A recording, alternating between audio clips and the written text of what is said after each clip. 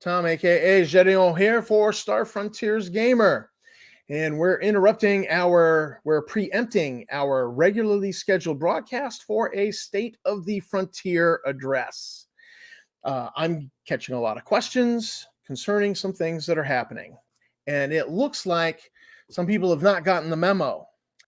And it was written in the letter from the editor in the Frontier Explorer 35, the one that just published. Here's the cover. Go by drive-through, download it. You can read that whole letter yourself, but I'm going to hit the big high point. So, and this was tough for Tom to write. Tom, the editor-in-chief, Tom Stevens, the editor-in-chief of the Frontier Explorer, my partner of 10 years in this endeavor, my friend for more than that, has reached a point where, he's got family considerations, kids going off to college. He's got a big job that has gotten bigger. He has put in a lot of work, and he's reached a point where he needs to walk away from the publishing. And I agree with that decision on his part. I understand what it's like to be burned out. I understand feeling burned out. I tried walking away, told Tom I was walking away, could not stop writing material. So I, spent 2 weeks playing Civilization and then came back and I'm back. Yeah, I get it. And he's burnt and he's a little tired. And I endorse his decision that issue 36 of the Frontier Explorer will be the last issue of the Frontier Explorer for now. Now, he intends to retain the Frontier Explorer license. It's his license. It was his baby. And he plans on keeping that. Because when he's had a chance to breathe and focus on the family a little bit, focus on the new job a little bit, he does want to work on some special projects. And by special projects, I don't know if you're aware of the special issues that we have going on at the Frontier Explorer. We haven't put out a special issue in a while, but these are the Sathar technical manual. This here was Tom's baby. I had very little input into this, if any. I think I was more of like a reviewer on it, if that. I really don't remember. I do remember thinking, this is a great thing, and I'm going to download it. I'm doing print on demand. I'm having a hard copy on my bookshelf. And so it is, the Sathar Destroyer, full deck plans of a large ship, 25 decks. This is glorious. This is good stuff. And then, all right, so this came out in 2014. And then he did the Assault Scout technical manual in 2017. And again, cool beans on this. This all massive write-up and the original deck plans for the Assault Scout. But not only that, he did the Swift class, slightly larger, a version of the Assault Scout with more decks. Another great write-up. Look at all this material in here. Tons of material, just written up to the nth degree. And so there are these special issues. And this is kind of the thing he wants, he feels like, I want to take it easy. I don't want the pressure. I want to work on a thing. And if I don't have a deadline to publish it, it's okay. And, publish it when, So, yeah, I'm like, cool beans. And this is where he's at. So he's not going anywhere. And, he's not leaving the Frontier. He's still going to be around. He's still going to be contributing. So that's the situation with that. And I just want to say thank you to Tom.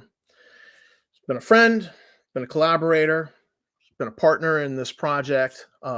We've tried to meet in the real world, and that's never worked out. But if he's here now, I'd give him a big hug. The Star Frontiers community owes him a big thank you. He has been a champion of the Star Frontiers community. He has been a torchbearer in the revival.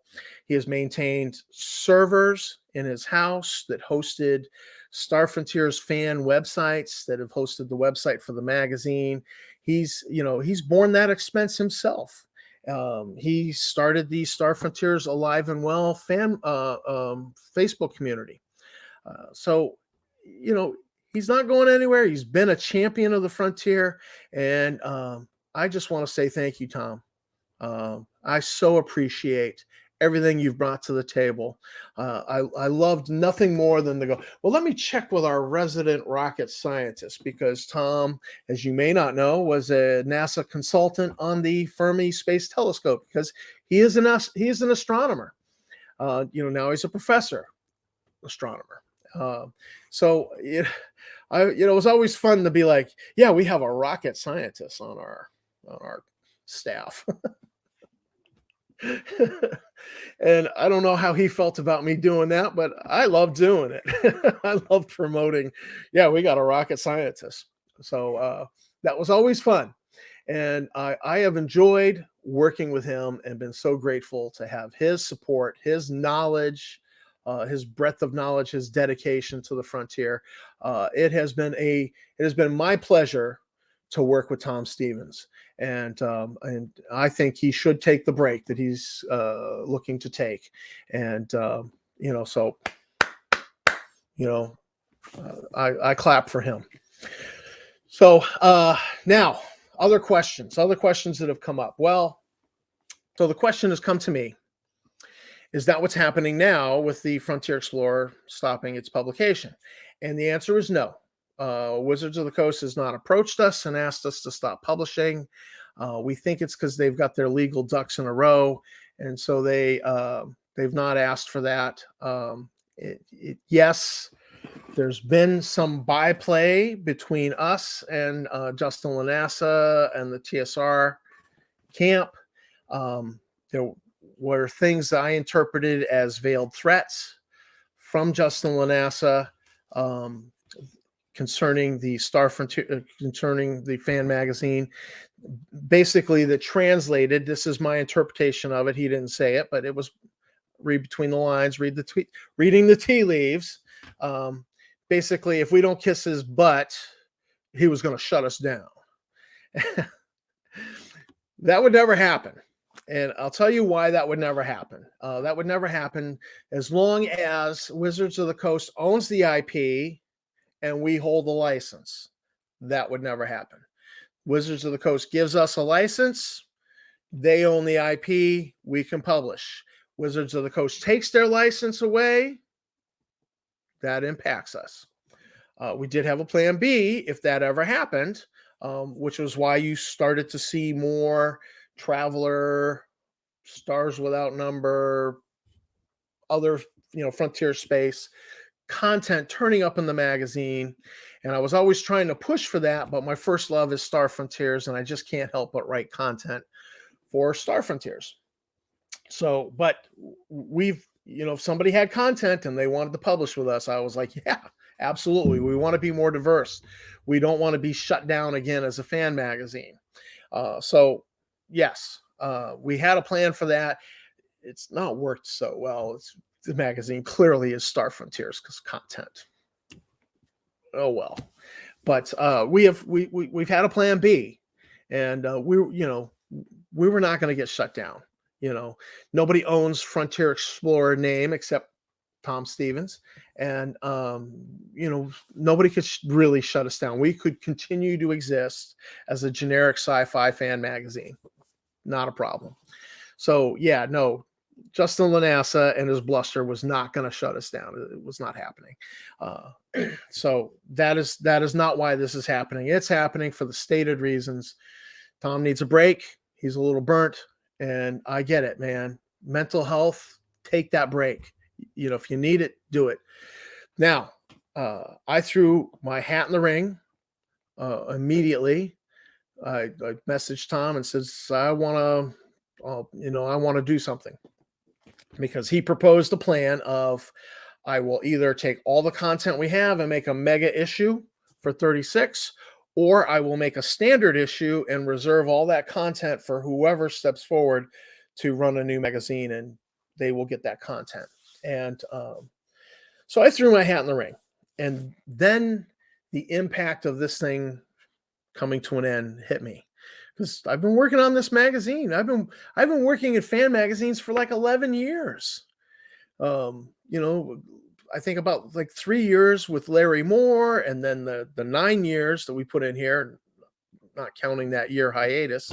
So 11, 12 years. This has been my life for a substantial amount of time, and it hit me, and I got a little depressed, and I was like, I'm not sure I want to do this. And I said that to my wife. I said it to Oscar Rios, who was like, dude, I'm here for you. I can't do it because I have a little publishing company, and he's constantly doing stuff for Call of Cthulhu Invictus there at Golden Goblin Press. So he says, I can't do it, but I'll support you. And because he's been supporting us with content, as a writer all the time for Star Frontiers. He loves the game, loves the setting, loves the fan magazine. And and I told him and my wife, I says, I don't know if I really want to do this. And, my wife was like, who are you? And what'd you do with my husband? And, I just had to mope and munch on it and spin my wheels a little bit and just play some Civilization, get my mind off of things, and, work through that for a few weeks, and then, all right, push it to the side, because I came to a realization during that time. I kept sitting down and writing new content, writing new articles. In fact, I was writing one, and I'm like back and forth through Instant Messenger with Oscar Rios about like, hey, you have any ideas for Star Frontiers? I just wrote 2. If I had a third, I would judge this to be a full enough article. We could do a collaboration here. So he was working on something a little more on the dark side. I'm still writing content. And where's that content going to go if there's no magazine? I mean, I could send content to RPG Review out of Australia with Lev Lafayette, but his is a broad magazine, and he welcomes Star Frontiers content, but he's not going to want like the amount of content I can write. 1 or 2 articles would be fine.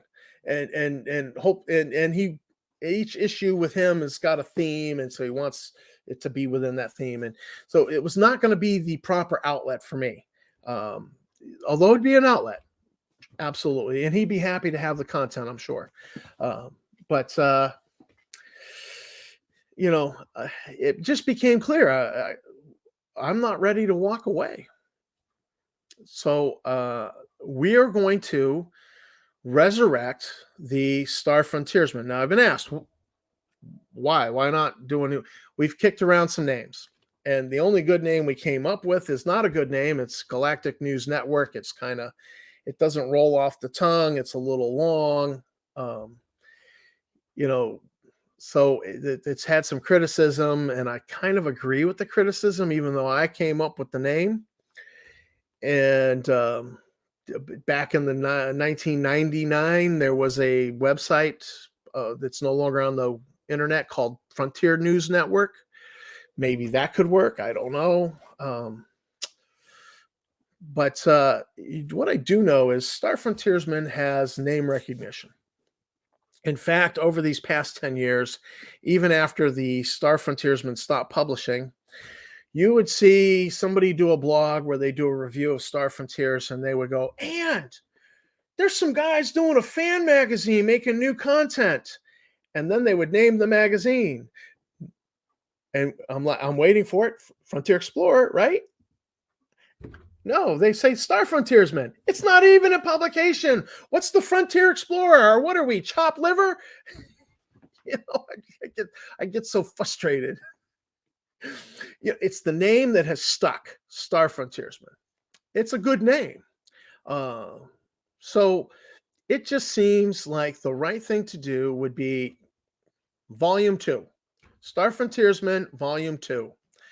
Um, Either issue number 1 or issue number 26. I'm not sure which. Probably, to me, it seems like issue 26 will just go Volume 2, issue 26.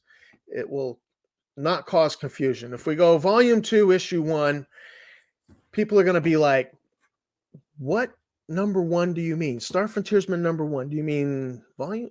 Yeah, it'll be too confusing. So I think we'll just pick it up at 26, call it Volume 2, and move on, because the name recognition is there, that it's the name that has stuck.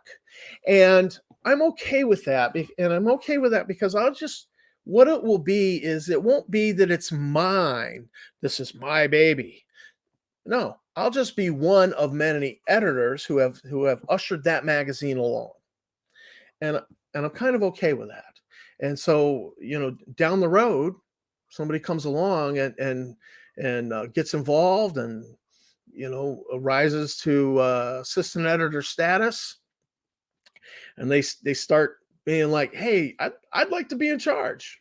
I might just relinquish editor-in-chief status and probably keep writing material as a writer and assistant editor. Let them take it for a while. Let them usher it along. Let them have creative control. I'm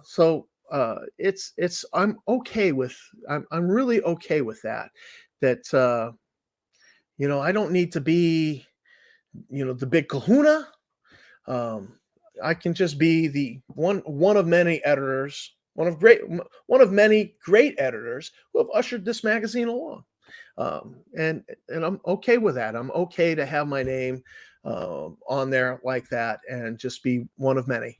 And I think that is it feels like that's the right thing in my heart to do. And the bonus has been, there's a number of people who've approached me and said, if you're going to do this thing, I'm here for you. I'm here as a writer. I'm here as a layout guy doing layout. I'm here as an artist. And I don't know that we have the artist situation so nailed down. I know there's artists I can, tap their shoulder and, hey, so that is one question mark in my head for this, but I'm not worried about it.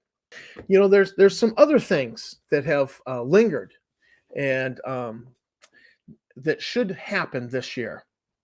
Like, for example, back before the Frontier Explorer, I crawled through the dusty innards of the Wayback Machine and found old internet, old websites, Star Frontiers content.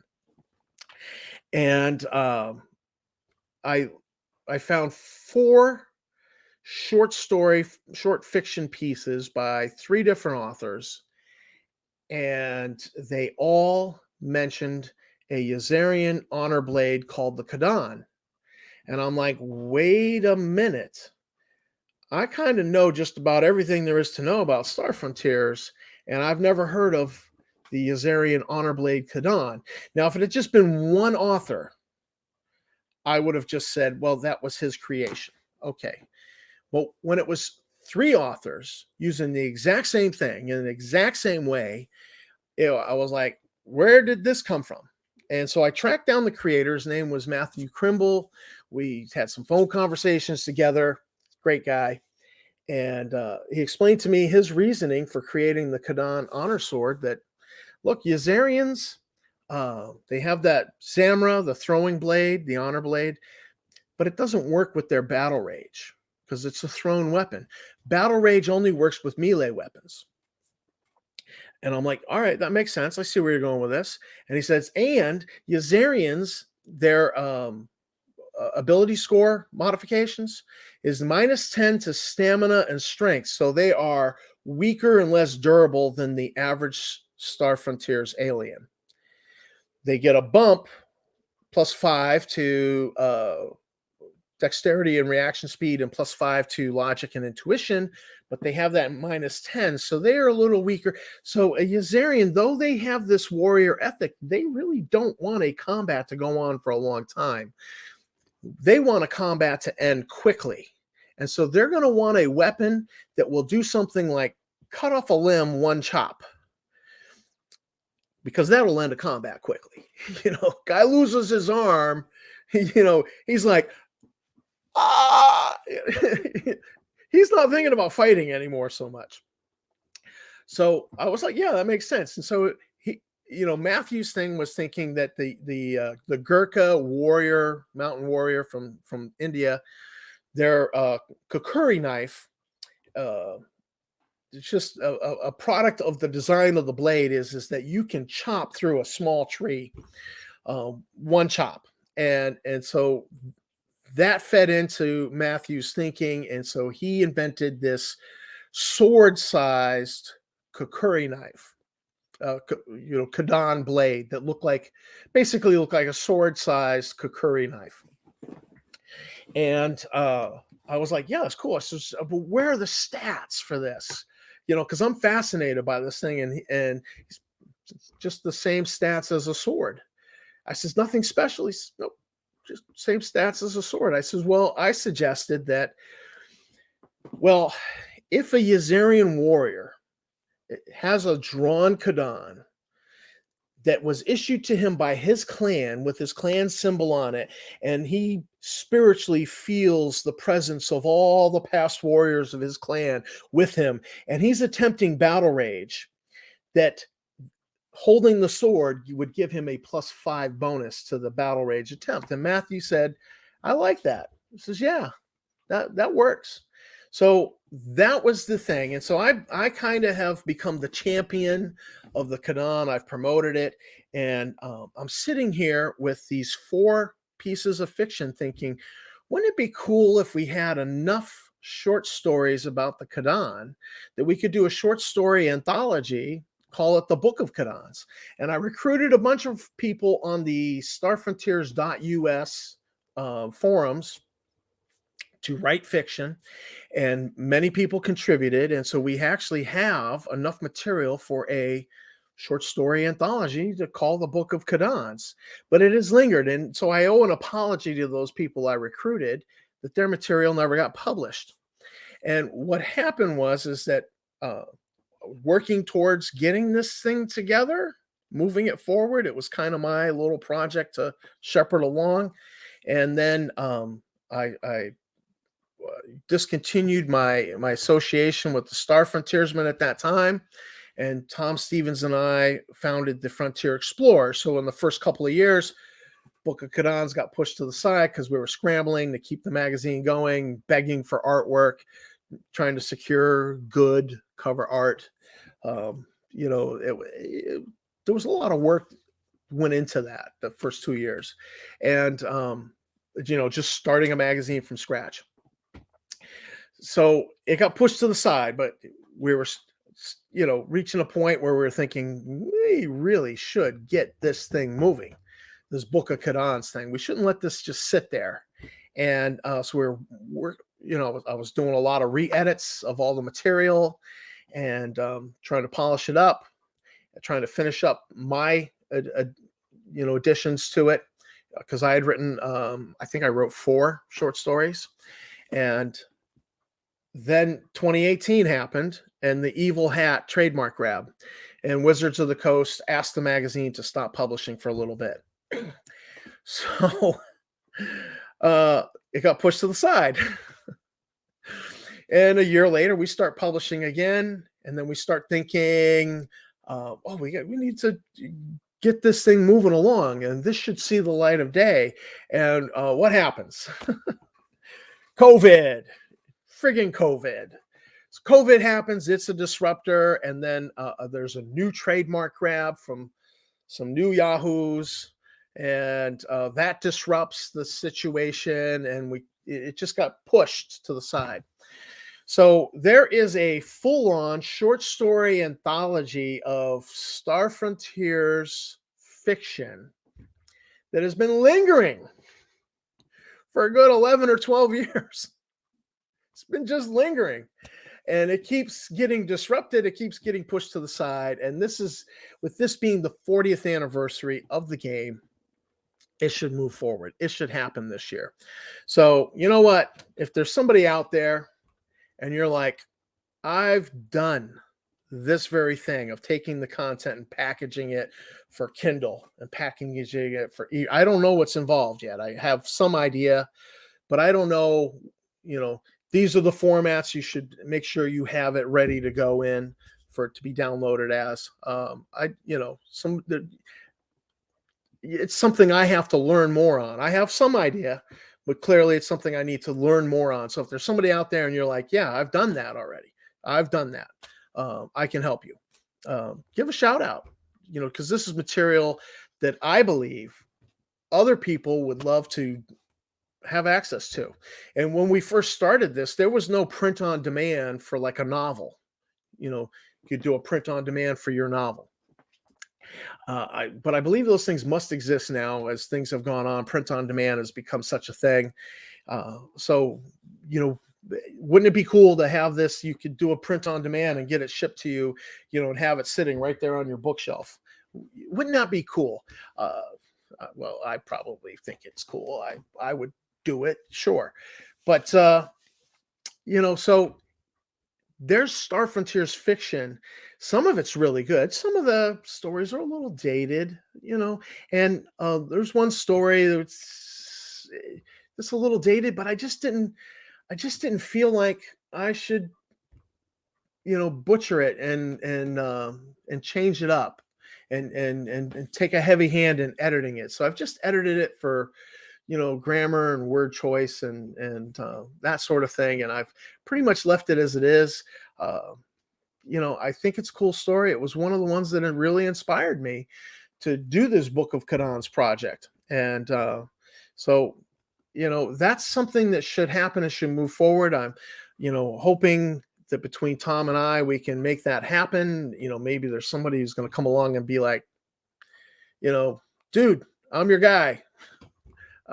I've got experience in this, and here's what you need to know, and I can help you with this. And so, yeah, good stuff happening in the frontier. There will be a resurrection of the Star Frontiersman.